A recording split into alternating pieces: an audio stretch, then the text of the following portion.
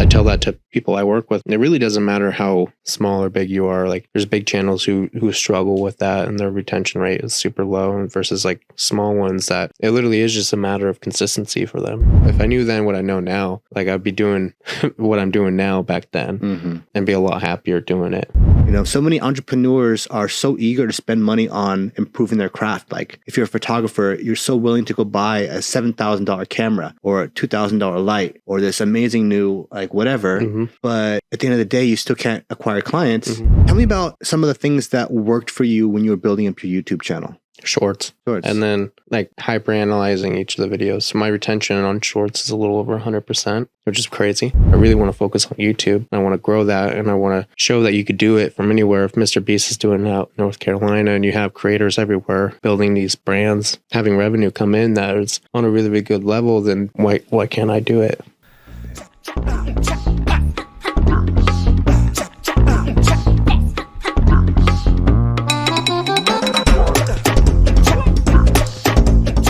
Welcome back to another episode of the A-Lister Show, where we bring on movers and shakers, people doing interesting things in this world. Today I have another A-List, another special guest. We're here with Tex. Tex is a content creator. He's a media production specialist, Humboldt County extraordinaire, and just happy to have him here and have a little discussion about media, content, all that kind of stuff. So welcome, Tex. How you doing today? Good, man. Thank you for having me. And thanks for coming up here and all that stuff too. Absolutely. Hell yeah. So talk to us about your journey to 100,000 YouTube followers. When did you reach 100,000 followers or subscribers? I started YouTube back in 2013. I think it's pretty much when I had started like the Gmail account.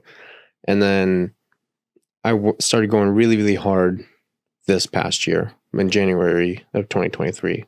And I had the goal to go from 3,000 to 100. And then it was January 2024 that I hit it. Why? What made you decide to start taking it more seriously?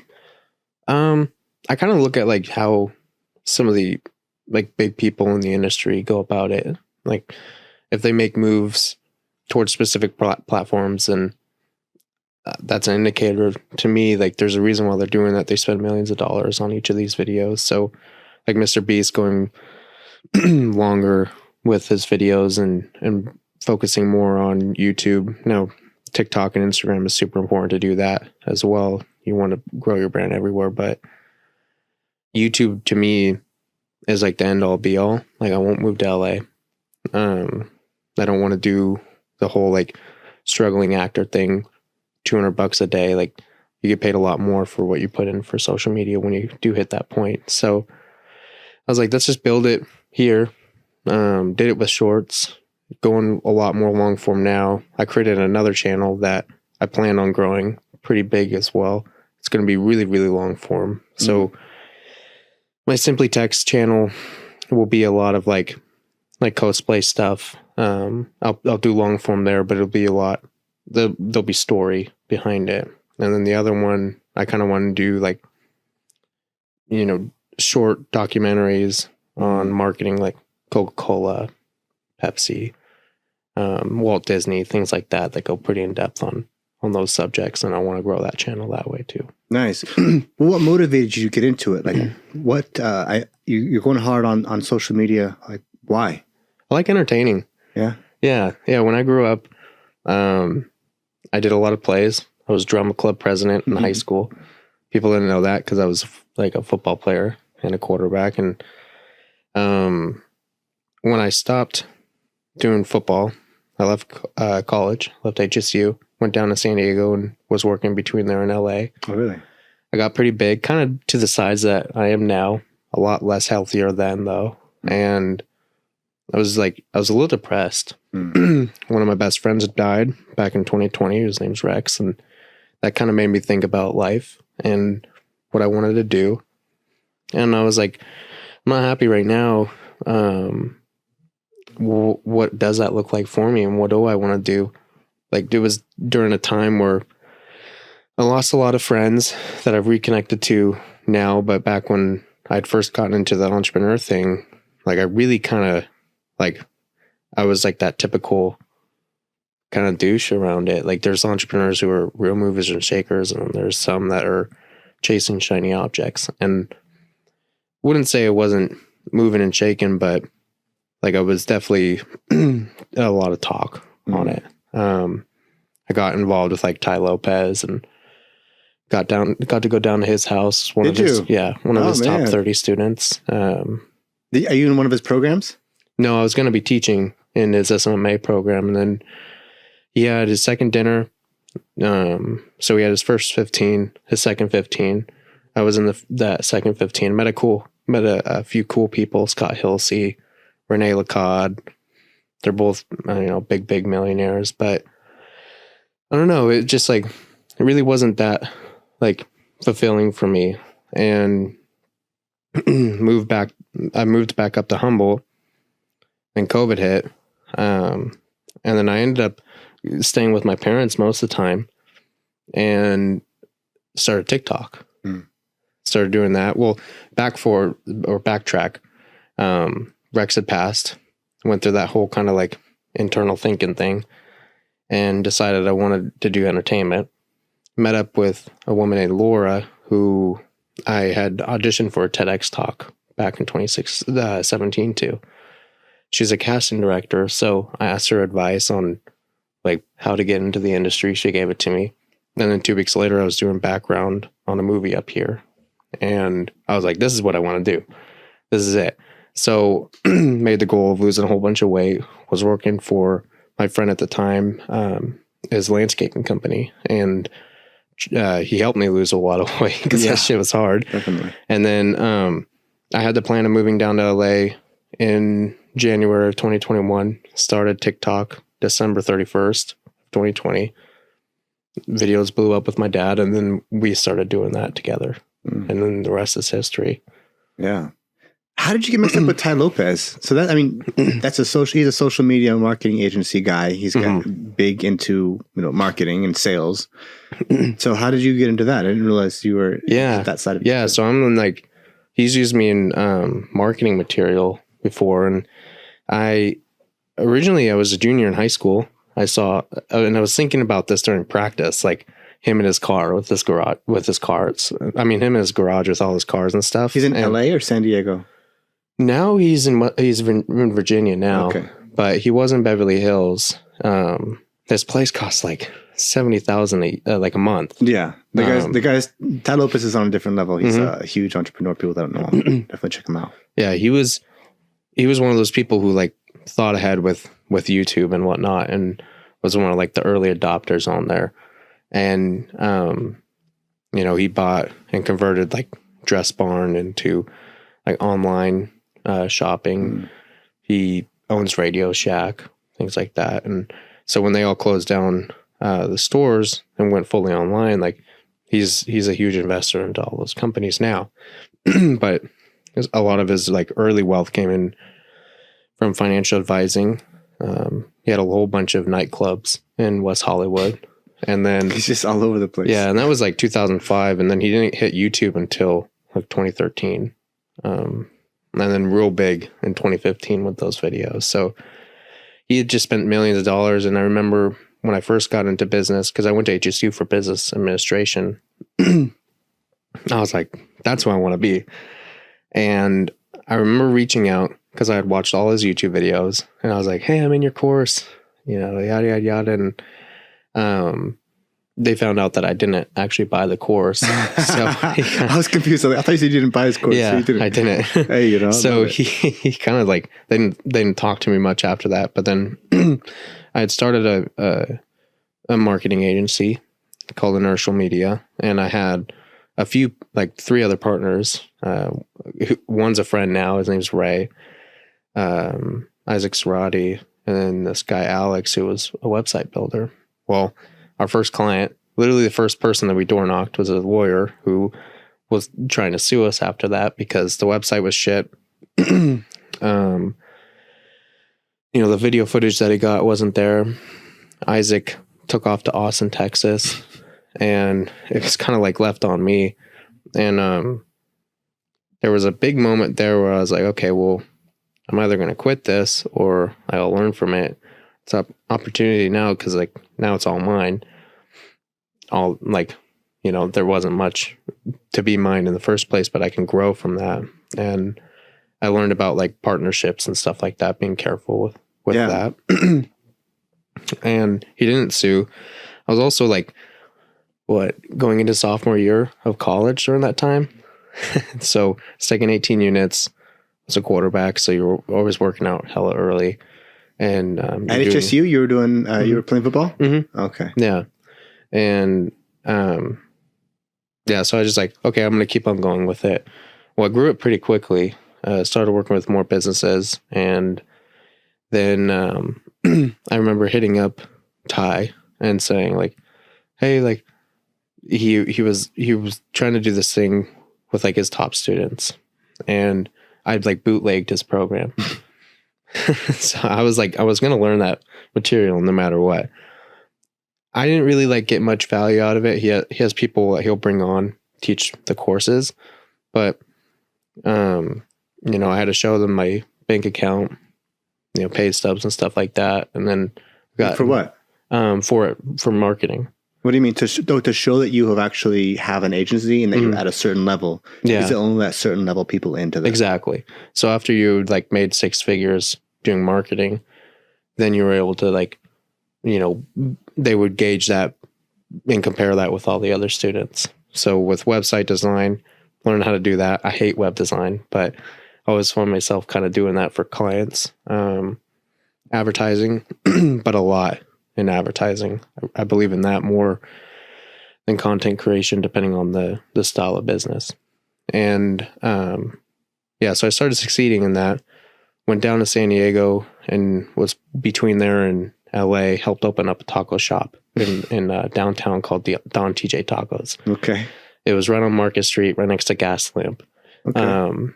And that was a really cool experience because I got to decide like the colors inside and what POS system they were going to use, built their website, got them set up with like Yelp and all that stuff. And I learned some stuff with a restaurant up here, Esmeralda's. Mm-hmm. He was like my first real mentor with all of it. Taught me about like the cost of food, portions, how much your profit is going to be off like a little thing of rice, deals, stuff like that. So that helped with helping build up that restaurant. And then when I'd come back up, I was doing marketing for like real estate agents, Coldwell Banker Cut and Realty, Double A Bar and Grill, The Jam, when they had opened up at like the worst time. And then when COVID hit and I was going through that like existential thing, I was like, you know what? I'm just going to go into entertainment now. And that way it's on you and you don't have to deal with a whole bunch of clients and stuff like that. And that was like easily the biggest, like best decision I made because I got to do stuff with my dad before he passed. Mm. Yeah. So yeah, it was cool. Like he and I created content for 6 months. Then I decided to go down to LA and do the acting thing. Got really lucky right out the gate with meeting like big people and getting to see what it was like on like a Netflix set. And then when he passed, I decided to come up here. And then shit really hit the fan. I got into a pretty bad relationship. It's toxic and there was kids involved and I loved them and all that stuff. And that had just ended like at the beginning of 2023. And it was almost like a refresh in what I wanted to do. I was like, well, I could do the TikTok and Instagram stuff, but I really want to focus on YouTube and I want to grow that. And I want to show that you could do it from anywhere. If Mr. Beast is doing it out in North Carolina and you have creators everywhere, building these brands and having revenue come in that is on a really, really good level, then why can't I do it? So there you go. So you went from kind of the social media marketing agency and then you decided like it wasn't super fulfilling and it was hard to work with all these different clients. And then now you're kind of focusing more on being an entertainer. Mm-hmm. And that's awesome. The cool thing about, YouTube and today, just, if you want to be a creator today, like literally all you have to do is create. Like, Yeah. 20 years ago, nobody would give me a TV show, but here I am with my own show that okay, it doesn't get millions of people that watch it, but it's mine. Yeah. And I get to have my own show, and I get to invite my guests, and I get to showcase my personality, and it's very fulfilling for me. And just the idea that like 10 years ago, 20 years ago, nobody was able, like nobody would give you a show. But today, if you have a camera and you have an internet connection, you can be your, you can have your own show, which is, you can be your own entertainer. You can be your own star. But just a phone. Yeah. And we're seeing a lot of creators start to kind of go back to that like rugged, rough looking, turn the phone horizontally and just film and upload it. Yeah. Like, there's that big ass, gym guy who does it. Sulik? Yeah. He's awesome. Yeah, he's great. Yeah, it's cool. And yeah, you can have your own show. And like back then with all those guys, like it took a little while for them to blow up, but you compare, social media numbers to like TV streaming and all that stuff. And like YouTube is beating a lot of those platforms. I mean, and it's merit based, it's not like, who did you do a favor to, or like whose like back did you scratched, or in more vulgar terms, but it's about merit based. If you have good content and people are watching it, then you're going to get pushed. Yeah, exactly. Yeah, YouTube will do its thing. Like even when you're on a smaller level, you'll see, even if it's 10 or 100 suggested views that YouTube pushed you for, like, and the audience reacts however they react. They watch however long, and it gives you the metrics on how you could perform better. I tell that to people I work with. I'm like, it really doesn't matter how small or big you are. Like, there's big channels who struggle with that, and their retention rate is super low, and versus like small ones that it literally is just a matter of consistency for them. Yeah. Before I'm going to get into the YouTube stuff in a moment, but I'm curious about when you were running your SMMA social media marketing agency, what were some of the packages you were offering, and how did you get clients? Honestly, I would just walk in there and talk to them or bug them. There were some people that like, I've mended the relationship now, but I was so cocky and telling them like, hey, your marketing isn't good. And it took a long time to like, for them to not forgive me, but kind of get past that. I was just like a young kid who was way too ahead of himself with ego. And, but nowadays I just like wait. Like if they come to me, then they do. So you walk into a restaurant and be like, your marketing sucks. Whoever's doing it is a freaking retard. And they'd be like, well, I'm the one that's doing pretty it. Much. I did that to Six Rivers Brewery. Like me and Meredith are friends now, but her and I, like our email thread back and forth was pretty vicious. She's like, I'm a second all woman owned, brewery. And I was like, I don't give a shit. Like that has nothing to do with your marketing, right? Or if and it should like go push that or something. But it was almost like a pissing contest. And, like I was really high on life at that point, when in the worst of ways too, like too braggy or, just trying to push that, like I was smarter. Yeah. And usually it's the louder folk with that have like no idea what they're doing. Like if I knew then what I know now, like I'd be doing what I'm doing now back then and be a lot happier doing it. But what were some of the packages you offered them? So I would do web design, 3 posts a week. And at that time it wasn't huge on video. It was more like those static, like Canva was just, right, just posts. Like, like Canva was just like, so in its infant stages in 2017, it is insane what you could do with it now. Yeah. But yeah, pictures. I had a Canon 5D Mark IV. Had no idea what the hell I was doing with it. I wish I had it now. But yeah, I would do photography. I would set it in auto. Like really had no idea, but just would do it. And then learning advertising was the biggest part. Advertising is in like ads, marketing, Facebook and Google. Yeah, like Facebook and Google. if you like, Esmeralda's was a huge, influence on me when it came to learning all that stuff, because his ads are so dialed in when it comes to what he's spending on Hulu and YouTube. His pay-per-click ads on Google, Facebook ads, and he's been able to help replicate that with other restaurants that I've been a part of, like their build, rebrands, things like that. And so, yeah, it'd be, 3 posts a week, the copywriting, things like that. But how much would you charge for something like that? Did you have standard packages or just kind of whatever the client, just kind of case by case? It was usually case by case. Nowadays, I'll charge more of like I'll have a set price. Like I won't work with you if you're at a certain stage. You definitely can't afford $1,500 or more dollars each month. So we'll do consulting, and I'll just teach you how to do it yourself, right, because it's going to be more effective for you in the long run. And it's just what's best for them. And then we could work on, what comes next. But I'd rather teach a client how to do their own video than have them pay thousands of dollars for someone to do it. Or, teach one of their team members who are getting paid 18 already, to do it. And I'm much more along that mindset than charging like thousands. And if a client wants me to do it, then yeah, I'll do it. But I always kind of tell them like, hey, this is, what it costs for me to come in and do your video and edit it per minute. But this is what I would suggest to you. Then you don't have to make a ton of content. Like some people pay thousands of dollars each month for, 10 plus posts, but there's no ads.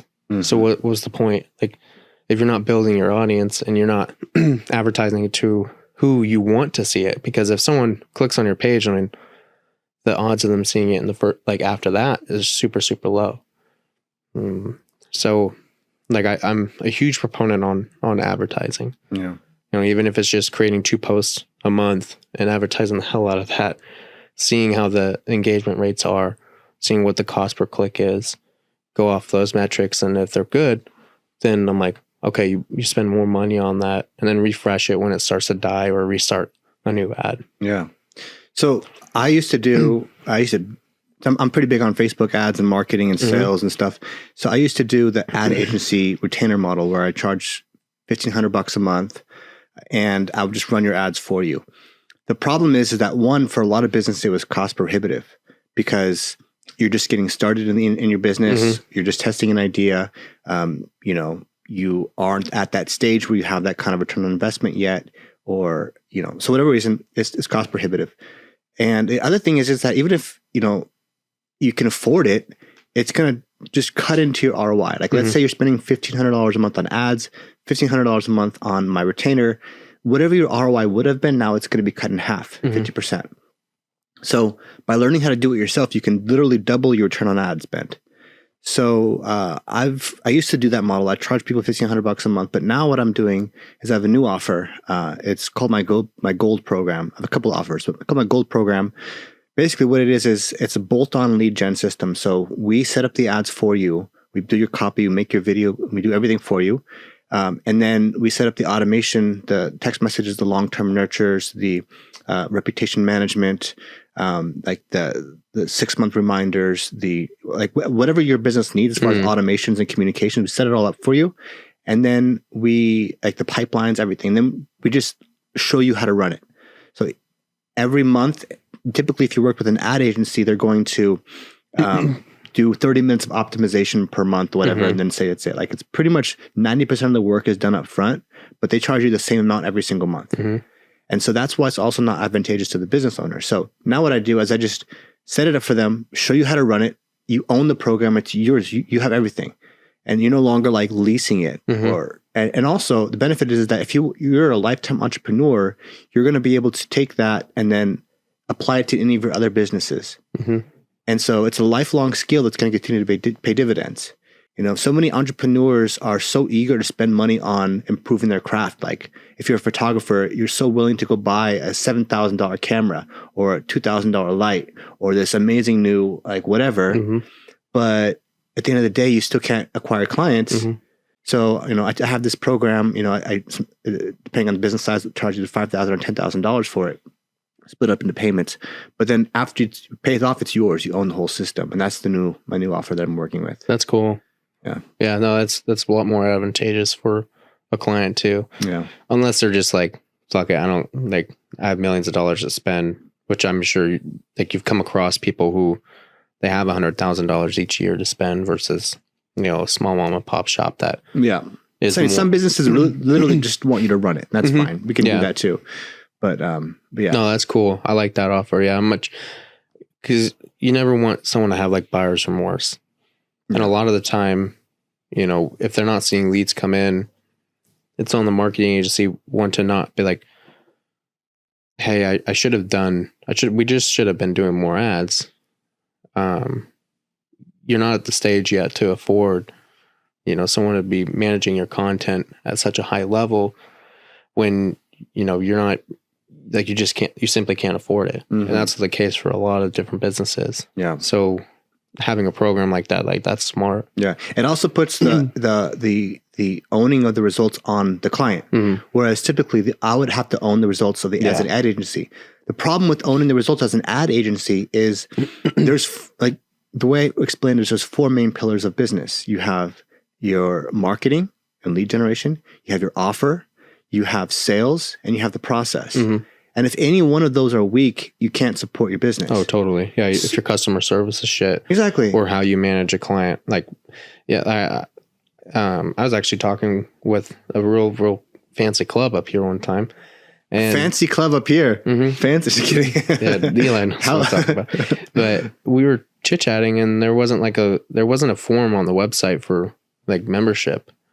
And I was like, what the hell is the point of me doing marketing for you? Like, if you don't have the form for them to fill out. Mm-hmm. And I just straight up told him, I was like, I can't be doing my job effectively and I'm not going to take on those results without this form. Like, you need all of that, and you need the person and the brand to be, respectable and liked by the community. I will only work with brands that I like. Mm-hmm. If it's a person who is likable, like, it's so easy to magnify their brand. That's what I do. It's like show people who they are, and you see it in the ad results with the engagement rate, the cost per click, things like that. And I'm like, it's not I magnified you, I put you out there, but it was you. Mm-hmm. Like, it was how you run your business. Yeah. Do you pick up your calls at night? Do you get back to people like as soon as possible? Yeah. And the businesses that do that, they really thrive. And that's a big thing too. So, I do a lot of lead generation where people will submit their name and phone number to you and like some questions, and it's a qualified prospect that you can then follow up with. When we run ads, now you're going to have 3 to 5 of these people sending you messages per day. If you are, let's say, a landscaper and now you're out, cutting grass every day, who's following up with the leads? The leads need to be followed up with instantly. Who's answering your phone? If I make your phone ring, but you're pushing a lawnmower, like, who's answering the phone? You got a missed call. That's a missed opportunity. And now it comes back on the advertiser because it's like, oh, well, I'm not getting results on this advertising. Yeah, but you weren't even answering the phone call. You weren't following up with the leads. Other thing is, like, I hear this all the time. I called them one time. I called them twice and didn't answer. Like, people don't answer phones. So you need to continue to call them up. And now this is a list of people that you can follow up with. We're going to build you a list, but like as an advertiser only, that's only one of the pillars. Mm-hmm. You have to have a strong offer, high value proposition offer, multiple offers, a high ticket, a low ticket, a free, a basic offer. You need to have, your marketing needs to be in place, your lead generation, all that kind of stuff. And then your process, how do you go from when somebody first submits a lead form to a sale, and how do you get them to repeat purchase? Because yes, you can get a sale, but then if I can get you to purchase 2 or 3 times, now I'm 2xing, 3xing what your ROI would have been on the ad spend. So what does your back end look like? And what kind of automation is in place? What's your sales process like? Do you know anything about sales?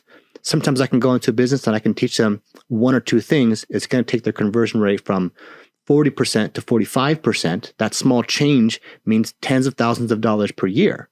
And so just by working with me, I can drop a couple of nuggets on you, a couple of gems that is going to help you take your business from 40% close rate to 45% close rate, which might mean 6 figures annually in revenue. So You need to have all that stuff in place. And that's why I don't like just being just a marketer. So I'm working more on a holistic basis. We're going to refine your offer, refine your marketing, refine your process, refine your sales. Mm-hmm. And then those skills you can then take. Another really big key component to this offer that I'm doing is accountability and community. Every week we meet like multiple times. Like I have office hours, and then I have a weekly mastermind. And that's how it can become like hard to be scalable when you're social media marketing. You're like running around, you got 10 different clients you got to talk to. It's like one-on-ones, you got meetings, you got KPIs, you got to track everything, deliverables. But man, I'm learning that like now that I'm bringing on more and more clients, I'm starting to scale this offer. You have to have the process in place to handle these customers and have like a pipeline and have like fulfillment services set up. And you need to be set up in a scalable way. Like I have my office hours, so people can drop in, they can ask questions. And then I have, my weekly mastermind, which is going to cover most of the like detailed information. Tell me about about some of the things that worked for you when you were building up your YouTube channel. Shorts. And then like hyper analyzing each of the videos. So my retention on shorts is a little over 100%, which is crazy. How do you do that? What are some ways that you found to kind of optimize for that? Sound like Deadpool. People just like the Deadpool character. People like watching it. Yeah. I mean, that's why I'm creating a whole new channel. Like you want to give the audience what they want, and I'm finally kind of getting back to that. Like I was in like a bit of a toxic friendship where I was like talked really down on when it comes to all that stuff, and they're like, "Oh, people don't want that." And then people would ask for it. And I'm like, well, they do. And you hear with content creators who are, like really good at what they do, give the audience what they want. It's like with movies too. So I'm a lot happier doing and playing like the dumb guy online, making people laugh. Like Dad and I used to say, as long as 5 people are watching and enjoying, like that's all that matters. And I'll keep on going. And it's been that way from 0 to the 2 million on that one account, 2 million on my personal account, and now on YouTube. And it's really cool, like seeing like when a kid comes up to you and they're like, "Dude, I follow you on YouTube," and that was happening at 40,000 subs, and it just showed me like YouTube is there's so much more authority with that platform than TikTok and stuff like that. I mean, I have my theory about TikTok. Like, I think that because there was a certain point when I was kind of blowing up on TikTok too, like 2021, I think. I got like 150,000 followers, something. And I'm like 90% sure it's like mostly bots. And I feel like they were like giving people followers and engagement in order to get people like excited about the platform and to keep producing content on the platform. Yeah, I could see that. I always gauge it based off like what messages are coming in, where the accounts are from. Your engagement on the platform obviously matters too, like how many comments there are. I did see a lot of people buying, like even Instagram followers. Eli knows back a few years, like multiple years ago, I literally went in. So I bought Instagram followers back in like 2017. I went up to like 11,000. It was, and I thought I was big, and I literally spent like 18 hours removing like everyone that was fake, every single person. I posted it on my story, and then lo and behold, the account like that, the account I have now is that same account. Like there was question on whether or not there was even possibility on it growing and hitting people's timelines and stuff like that, but. Yeah, no, it worked. And so I always get frustrated, probably because I was in that position where it's like, no, you don't like never buy a follower, and always go the organic route of doing it. Like now YouTube has the ability where you could pay, promote like long form video. The problem I have with that is like, maybe your subscriber count will go up, but it's almost like a pay to play now. And it's going to kind of get more that way. Like you have a video that has 100,000 views, but only 15 comments. People are going to see that. Yeah. And notice that. And, And then even Instagram, I think they're rolling out something or they're Facebook, testing out. Yeah, like where you could do like tiers of like 45, 120, 3 something. 350, yeah. That's to interesting. get like more featured on someone's timeline. Yeah, I saw that. So it was like, you know, for what is it, $40 a month, you get to have better reach, and also you get to have a link inside of a reel, which is interesting. So if a reel does well, and I guess they're making you think that maybe they're going to push it if you do subscribe to this program, then it'll be easier for people to take action, because now they have to go to your bio, they have to click on the link. I actually think that if you write like the word bio, like link in bio or whatever, in your thing, like your reach is diminished. Yeah, I think it is too. Yeah, no, I've literally put one, like L1 NK. I stopped putting it and hope people, because I do podcasts, and so when I do the shorts, I don't say like, oh, check out the full episode of the bio. People now they know now. Yeah, they know where to find it. If they want to find it, they know, like, and I have a good link like on my website, and then I have like my call to actions in there. So yeah, it's like people posting horizontal content, but like sideways. Like people know to switch it. Like you don't have to put the thing anymore. Yeah. People learn quick. I think TikTok is even worse with that, as far as like when you say like something's in the bio or there's some kind of action, or when people, or when they notice that people are taking action and that takes them off of TikTok. Yeah, they don't like that. That's why they have the shop, and I've tested this. Like if you put like a product, say you're wearing something and you put something similar in your like your little shop thing, you make a video and you tag that product to it, the views will go up on that. Have you been using Shop? No, I've been paid a couple times from like I worked with TikTok for like 2 products. One was like a teeth whitener and sea moss, and like both videos had over like 400,000 views, and I thought that was interesting, and I was like, okay, well, maybe I should get like a Silly Goose hat or something like that. Something that is more uniquely my brand that I could just make, push for affiliate, through someone else's shop or whatever. And then the views will go up. But I don't really care too much about TikTok right now. If you do have a video that goes like over a minute, and that's what I'm pushing for on content. And I just got a notification yesterday that they're pushing for 30-minute clips. Oh, wow. Wow. And then if you post horizontal, and you rotate the thing, it'll automatically go horizontal, just like, or, vertical, just like Facebook does now. I think that's interesting. But overall, like platforms have always kind of struggled with short form content, and we see the ebb and flow of it. People's attention spans get cut, but now you're starting to see it with other creators where they're making content that's long. Yeah. It might be boring as hell, but their retention rate is still high. Yeah. And when you post a 30-second video, right? Even if your watch time is 200%, like they watch it twice, it's still only going to be 1 minute of watch time. Whereas if you post, like my average podcast is like 50 minutes, and my average watch time is between 10 and 15 minutes. So I mean that's like 1,000 times more already, 10 times more. So even though the percentage may not be as high, the actual watch time in minutes is much higher for the longer form content. Yeah, no, when you're doing the in long form, you get more ads that YouTube places on your videos anyway. So it's way more beneficial for you. Those finance YouTubers make a ton of money. Graham Stephan, like his CPM is through the roof. Finance isn't like teaching people finance. Interesting. Talking finance, the market, things like that, real estate. There's a guy that I interviewed recently on the show. His name is Mamba FX. Have you heard of him?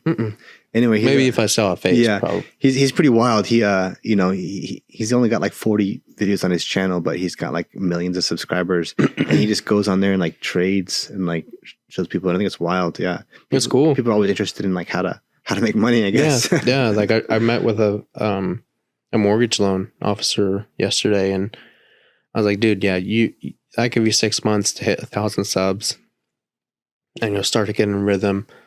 But go for the goal of like 12-minute videos plus. And like you'll be surprised of what happens. And I'm even testing that with my channel now of like, okay, make this video longer. The retention rate, is over 70%. Mr. Beast says you want your retention rate to be 70 or above for a video to start to grow. And it takes a little while, like maybe it's a couple weeks 70 or above. Damn, that's nuts. Yeah. Well, Mr. Beast is the master at that. He really is. Yeah. And then you start to break down like, okay, we're like for a client, like why the retention rate was fucking like 6%. Like, where does this break down? Like, why do people not want to watch this video past the first like minute or so?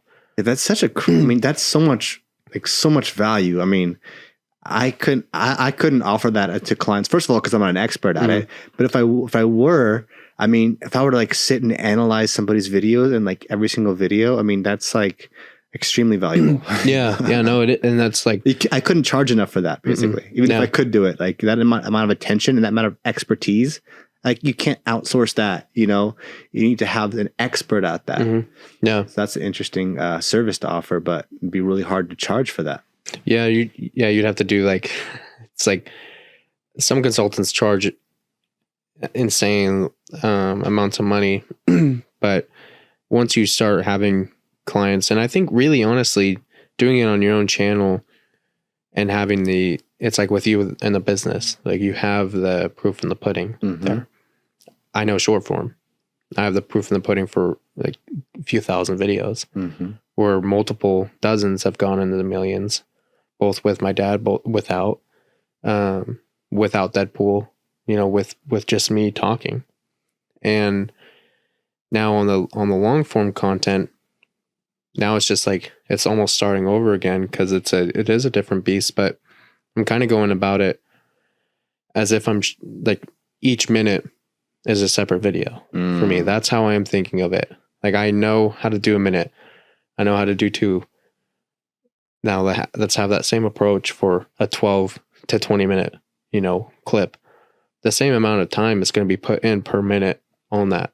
And so I don't get, you know, psyched out of doing something that's long form or intimidated. You just approach it the same you would short form. Man, well, to me, that sounds even more intimidating because it's like, because instead of now doing a 30-minute piece of content, I'm doing 31-minute pieces of content, which sounds daunting. I mean, when you like script something out for like a long form, Graham Stephan, he scripts his entire video out, and he knows like, okay, I'm gonna look at he only has one camera too, which I didn't know, but he'll put the camera here, and he'll have on the script like, you know, table, chair, and do it that way, and then you have your B-roll, so it makes it a little bit easier to cut that in. I feel like you could probably get another camera at this point. Yeah, you definitely had some money. I'm gonna stop and go like remove my camera every time I want to change the scene. Or he'll just film all the lines and like scratch it out, and then film all the other lines right there. That must be a bitch to organize. But organizing and thinking about the whole video. That's something I've been really learning over the past like 8-9 months. Because I only really got the cameras I have now and the lenses and like learning DaVinci Resolve over the past, you know, 8 months. And that's been a lot of fun. And now I can kind of like start cruising into, how am I going to do the audio now? Because it's so wild when I look back at videos and I'm like, oh man, that is nuts. Like that audio was shit. You know, you hear it out of the camera or out of your phone and it's like all the wind and you have to like yell and stuff like that. You don't have to do that with a mic. And then, you know, you go deeper into it and like the Hollyland mic, there's such a big difference between that and like a shotgun mic. Yeah. And like Eli knows it. Like it's wild. And I underestimated how important audio was. I think I saw a TikTok at one point where they compared like, hey, you know, this video, like this video right here is switched with the camera audio, and this is with the professional audio.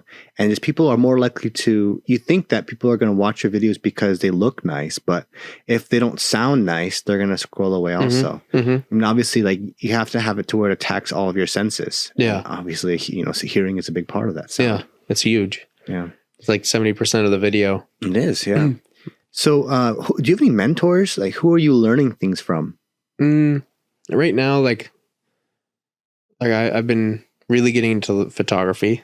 So I like to like look up to people. I don't reach out, but I'll watch a lot of like Taylor Jackson. He's a wedding photographer. Julia Trody, she's a photographer. They like influenced my purchases. I got cameras because of the work that they were putting out. The lenses that they have.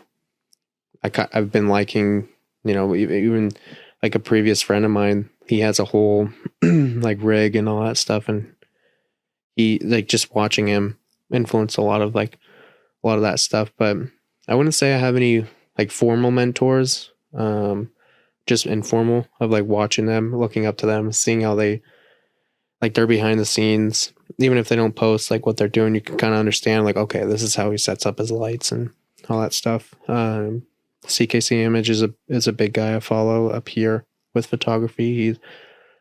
The way he does lights is really, really cool. And then Rendy Marie Munson, she's a photographer local that I follow pretty big.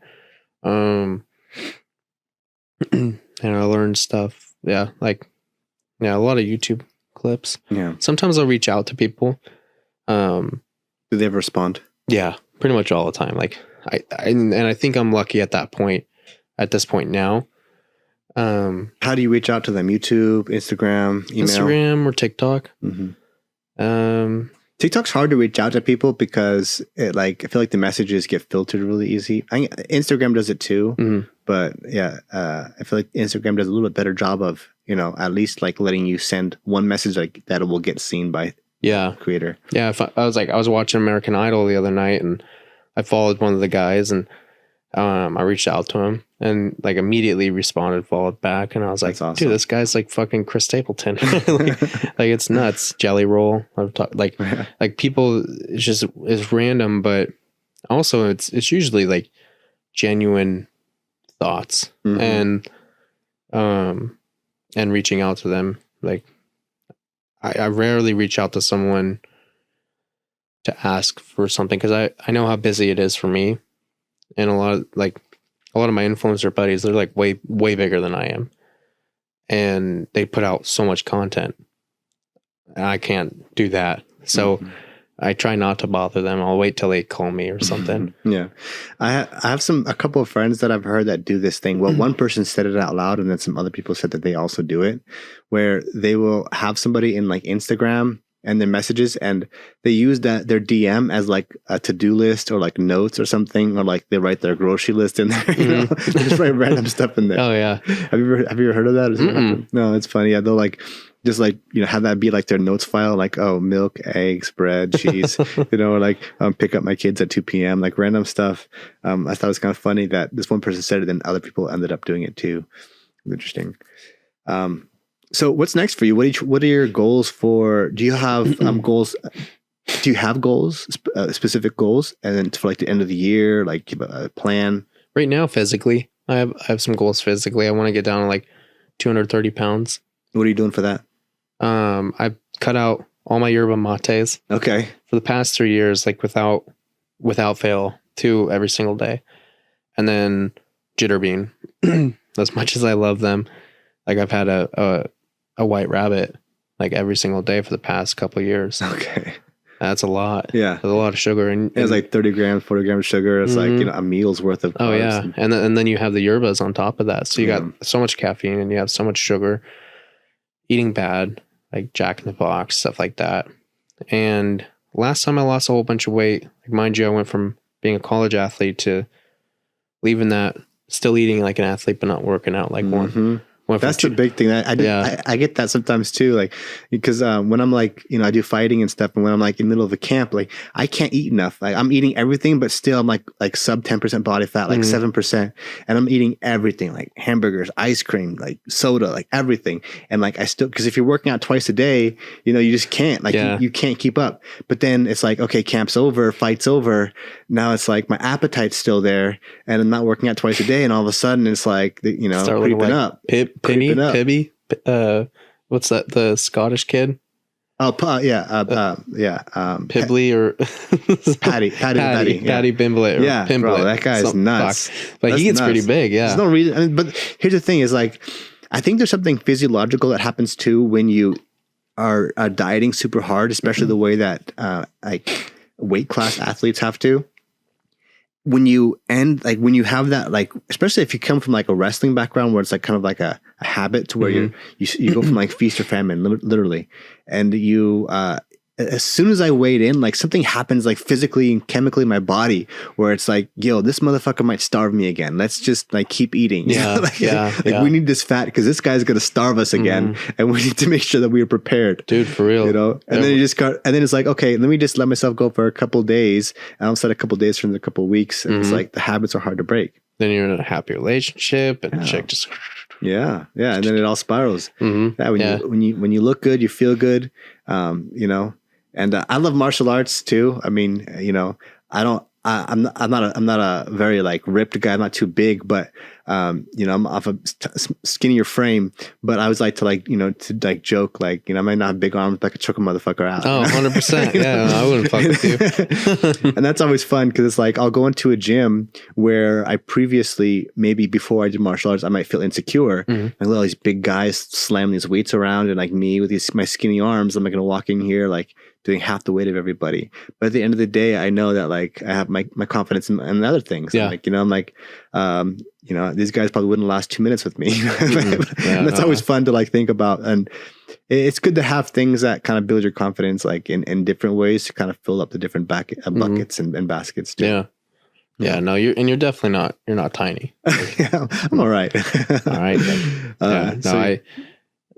Growing up, like I was really skinny, and when I decided I wanted to get into football, I was 104 pounds. What? You were 104 pounds as a freshman? As a freshman. 104? 104. Wow. 5'11".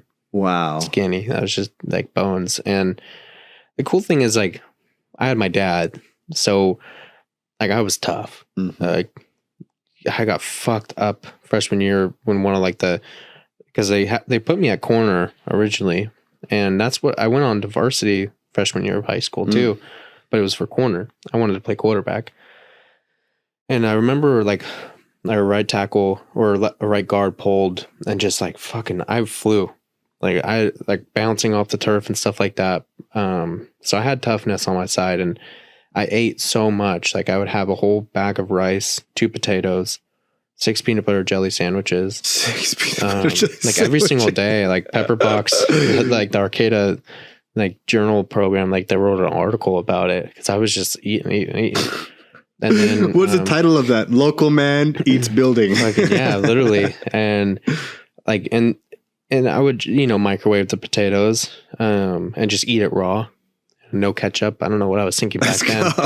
But like I discovered ketchup in college for some weird reason, and it changed everything. But yeah, I ate a lot, and then I senior year I was 185. Then going into college, I don't know what happened. Coach, they wanted to test me for steroids because I went from 185 to 210. Did they test you, or they were just talking about it? No, they were just talking. Like they thought about moving me to like running back or linebacker, just because I had gotten so strong. My front squat went through the roof. I was like lifting with linemen, and I was just sleeping 12 hours a day during winter break. And eating at the China buffet every single day with my dad. China buffet. Like legit. And I would I would do like 5 sets of 5 at 85% of my max on every single workout that I was doing. And because I was sleeping so much, I was able to recover. Yeah. And yeah, no, I got real big. And then leaving was hard. But then when I lost weight that first time around, probably a little toxic too. Like I like puked out pizza at one point when I was 200 pounds because I thought I was fat. Like I felt the same way I do. I mean, a lot better about my body and how I view it right now than I did back then. But I thought I was this size then.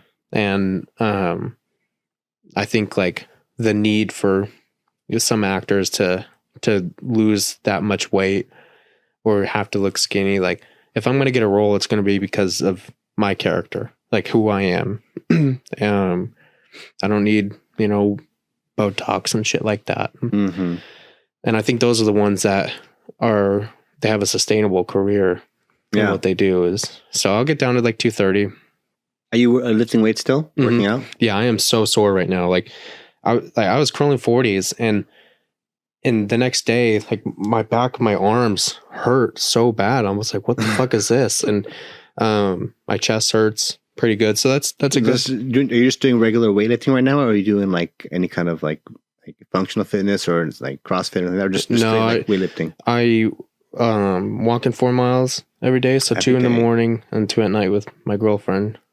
She like will wake me up at like 6 a.m. We'll go walk and then we'll go to work. Hell yeah. And then we'll walk 2 miles in the afternoon. I'll work out like weight wise right after the walk. And like today is going to be leg day. I'll do a whole bunch of front squats. I love front squats. And then It's good for the abs, right? And the core, you have to like Yeah. stabilize everything. oh yeah, like front squats is for like quarterbacking and all that stuff. That was my jam because you need a strong core and strong base Yeah. for throwing. So yeah, I love that. You pack on a lot of weight though on your legs when you're doing a whole bunch of Yeah. leg stuff. But I love weightlifting, and I always wanted to get into it. But every time I try, I just get fucked with injuries. Like this most recent, like I was on a kick for a while. Like I was going 4 months almost every day, and then like it was Christmas Eve, and I was working out, and then all of a sudden I felt like this pinch in my shoulder, like my back, and like it fucked me up, and my fingers are still numb. Like I pinched my Damn. nerve. It's been like 5 months. My fingers are still numb, and like when I lift heavy, I still feel it. And like I don't know. I'm 36 now, and I know it's not super old, but I have put like a toll on my body. Like I've ran multiple marathons, like full marathons. dang, Yeah, I've that's done crazy. like fighting. I've done like jujitsu for 10 years. Like my elbows, wrists, joints, like everything just kind of hurts.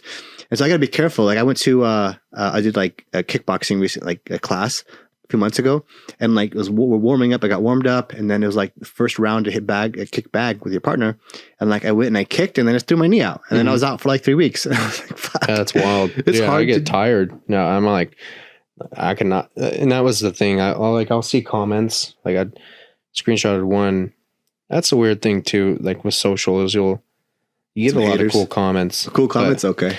But then you get kind of like text. I don't know. I know I don't know you, buddy. I'm a chunky dude too. However, I know your dad wouldn't want you following his path. Take care of yourself. Fuck. And I'm just like I see That's that. cold, man. Like probably one out of 100. Does he know about comments your is- father? Yeah, That he passed and and some everything? people will do that. Like, they'll just talk about my Yeah. size and stuff, and I'm like, God, dude, Man, these fucking haters, man. they're gay. This- I mean, they gotta be. I know we all like Ryan Reynolds, but like, I didn't know it went past that too. Man, I mean, especially, I don't know. I think certain markets are worse. Like I have an event this Saturday. I'm doing a marketing event. I do these workshops where I get people in the room, and then I give them some basic, information about marketing, and at the end, I give them an opportunity to work with me. But like I'm advertising it, and I'm getting like the rudest comments on this ad. I'm like, these like guys, just like leave me alone. Like, and then look at their profile, and they're just like obviously, lonely, and you can't help feel sorry for these people at that point. Yeah. No, you like, yeah. And I had way more. I talk hate. back. I talk shit back. That's good. I do. I'm like, I just like, cause people, it's funny because sometimes people will talk shit. I mean, my YouTube or Instagram or whatever. And then I'll respond like, oh, you're a real person. I'm sorry. I mean, it's like, oh, you're like, oh shit. I'm not a fucking bot. Like I'm not some like I'm not like some like Russian AI or whatever. Like I post these videos. I filmed this video. I made it, and you sitting in your dark corner of wherever, think you have the right to talk shit, and you do. But For sure. I'm gonna talk shit back. Yeah, and you should. Yeah, no, I've seen. I mean, there's been hundreds of thousands of comments, but there's always like the ones that stick out that could be negative. And that guy, he probably didn't even mean it in a bad way, but I think it's weird for men to comment on other men's bodies. Yeah, It's just fucking weird. yeah. Like it's never a girl doing it. And he even admitted he's a chunky guy too. So like, what are you trying? Are you really trying to help me? How about you Yeah. help yourself first? Yeah, I was like, I still could fucking outrun you. Yeah. Like, I'll be huffing and puffing. I'm And way these- stronger, but They would never say this stuff to your face. no. Never, ever, But- ever say this stuff to your face. I'm just like, it is what it is. I mean, that probably a few months ago would have definitely been like, man, that hurt my feelings. But like, you see some. I mean, I saw the worst comments when my pops had died. Like People Magazine had did an article, and there was people saying like, oh, he deserved to die, or they What? assumed that it was COVID, or they assumed that he wasn't vaxxed and things like that, just because he looked, he was a big bear, like he was a big guy, like looked country, and people make the assumption, and like I don't think much like will grow thick skin than seeing that online. Like you see thousands of positive stuff, and then you see like thousands of the negative too. Yeah. And like that definitely that has a toll on people's mind and stuff. And I could see why some folks like are just so over all that shit. So I heard something recently from do you know who Sadhguru is? I think I've heard of them. Yeah. He's this like Indian spiritual leader, and he's a really cool guy. He's been like upping his social media game. He's like, it's interesting because he's like a very traditional Indian spiritual person, but he has like an amazing social presence. And he said something one time that just stuck with me, and I think about it all the time when I get triggered by something. And it's like, how do you feel when somebody talks bad to you? Like, you don't feel good, right? No. Okay. Well, don't give them that power. You feeling good is an internal thing. It's your reaction. So do you want to give that person power over you? No, that person has no power over you. When you get angry, when you get upset, you're literally giving them the power to influence how you feel.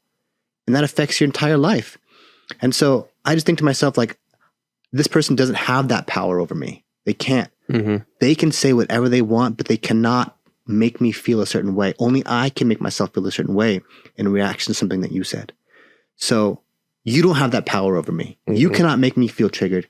And the other thing too is when I respond to these comments, I'm like, okay, what's the perfect response? Like, what's the perfect thing? And like, I'm sitting here and like, you're like raging while you're like, okay, I'm going to make I'm going to stitch this comment and like, I'm going to show him. But that sucks energy out of you. It sucks life force out of you. Because now, instead of me working on my projects, instead of bettering my business, instead of paying attention to whatever it was I was doing before I was answering that comment, now I'm using this energy. And when I finish writing this comment, this perfect response, you think he cares? You think he's going to like, oh, he has a point. No, he doesn't give a fuck about what I'm saying. He doesn't even read it. He's just going to like respond to some stupid shit anyways. Same thing with politics, man. If you don't agree with somebody, don't fucking argue with them on the internet, please.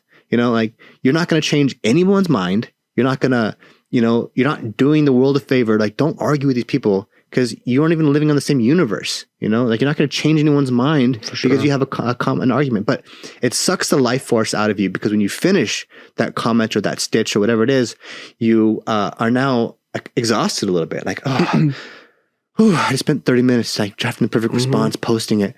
Just blew my load on this thing. Yeah. Exactly. And now I'm like tired. And now I feel like I'm panting. Yeah. And now I'm like, I don't even want to go. I'm gonna take a break now. But yeah, you just feel, you feel drained. Yeah. And because and they suck that life force out of you. Your brain is literally putting that effort in, whether it's online or in person. And instead you could have been using that energy to something else. And, and in this life, we don't have that much time. You need to focus all of your energy on, like we talk about, I'm tired. Like people have low energy. Well, if you had all the energy to accomplish the things you want to accomplish, then you'd be a much more fulfilled person. So why are you wasting your finite, limited energy on things that aren't bringing you wealth and abundance and goodness in your life? So I love that Sadhguru, that little clip from him. He said, just don't let them have that power over you. So whenever someone pisses me off, I'm like, you can't ruin my day. Because I'm as Seinfeld said, master my domain. Yeah, I used to clap back. Yeah, but now it's like doesn't even matter. Yeah, sometimes I will, but I try. I for the most part, I'll just I just don't let what they say affect me. Sometimes I don't even read the comments. Yeah, I don't know. It's probably a good strategy too. Yeah, I mean the most recent ones with like photography, the silly guy, like they're all good. And so like when I go about the content around photography, it's going to be silly. Like I'm not going to come at it with like any type of expert, view on things. It's going to be very like fun. And if there is something like on the media account that is something specific about a lens or whatnot, it'll be fun too. It'll be more of like experimental. Mm-hmm. And yeah, like I have a lot of good feedback and people, and like those are the people I really create content for. I see it on the back end when, people are like, I look forward to these videos every day. Nice. And I'm like, Are you posting every day? Not anymore. No. Okay. Like I'll post sometimes on the story or something like that. TikTok. I used to post 4 times a day. Wow. And if I really wanted to grow, like I would do that again. On YouTube, like the consistency will probably be about like every other week when it comes to that stuff. I get bored pretty easily, so I like doing a whole bunch of different things. Photography is definitely up there right now. It's a lot easier than videography, in my opinion. I can capture moments, but I don't have to set up everything to be super perfect. Yeah. To get 30 seconds for a clip. Yeah. So we're almost out of time here. One question I'd like to ask everybody is, if you had access to a billboard in the middle of Times Square and you could share one message with millions of people, what would that message be? I'd probably say keep going. Yeah. That's a big thing in my family. Dad always said keep going, and sometimes I'll message my mom like keep going, and she needs it at the right time, or she'll send me a picture of that. And so I think it'd probably be keep going with like a little heart or something. I like that. That's beautiful. And what's next for you? What are some of your future plans? Future plans, I'm going to grow with photography, and then I'm going to keep growing my YouTube channels, and just keep going on social. My goal is to, I'm also producing TV commercials as well. So anything that's in production, like I want to be a part of that. I've been learning animation. So something that's really drawn me to that is being able to create anything. Like if you can create it in your mind and draw out and do the audio and all that stuff, like you don't need a whole team for that. Yeah. So that's something I'm doing. I'll probably start, like I wrote a book called Papa Bear and Boy back in late 2021. I finished it back then, and I'm probably going to publish that either this year or the next. I want to animate it and put that out there. Nice. And that'll be like the first big animation project, and then everything outside of that will be, something that I want to do for like studio type of setting and put that on YouTube and monetize off of. But the ode to my dad is definitely Papa Bear and Boy. And just keep growing the YouTube. Honestly, I want to grow another channel and get 100,000, and then see where like the Simply Text channel takes me, and grow with friends and stuff like that too. Oh yeah. But, awesome. Yeah. What about you?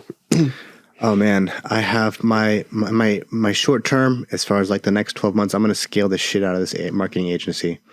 My immediate goal is 100K a month in my marketing agency. But more importantly, that is like every single customer represents a business who represents people that they're impacting. And if I can help each business owner both fulfill their dreams and fulfill the dreams of their customers, then that's how I can make the biggest impact. So that's what I'm excited about.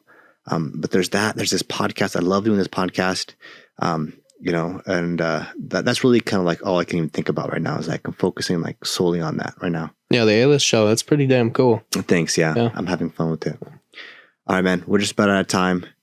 Thank you so much, Tex, for joining us today. It's been an amazing episode. Guys, if this is your first episode with us, please subscribe. Please like, comment, do all that stuff. It's something that you can do to help support us and help spread our message. Thank you for making this far. We appreciate you. Until next time, this is the A-Lister Show. I'm Alistair.